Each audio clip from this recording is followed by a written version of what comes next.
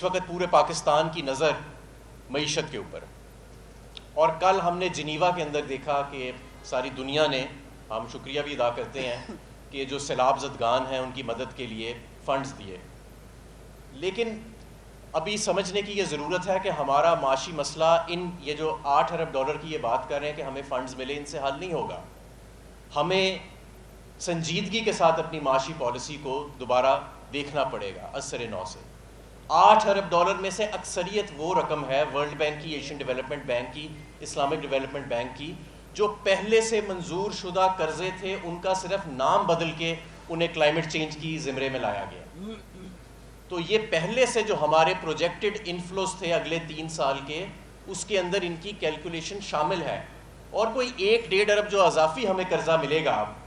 وہ بھی اگلے 3 سال کے اوپر محیط ہے. تو ہمارا جو موجودہ معاشی مسئلہ ہے وہ معاشی مسئلہ اس کی آڑ میں حل نہیں ہوتا نظر آ رہا. ہمیں سنجیدگی کے ساتھ اپنے کریڈیٹرز اور IMF کے ساتھ دوبارہ انگیجمنٹ کرنی پڑے گی، نمبر 1. اور نمبر 2، ایک نئی منتخب حکومت ہی اب اس ملک کو سہارا دے سکتی ہے. تو ہمیں اب یہ گیمکری جو شہباز شریف کا ایک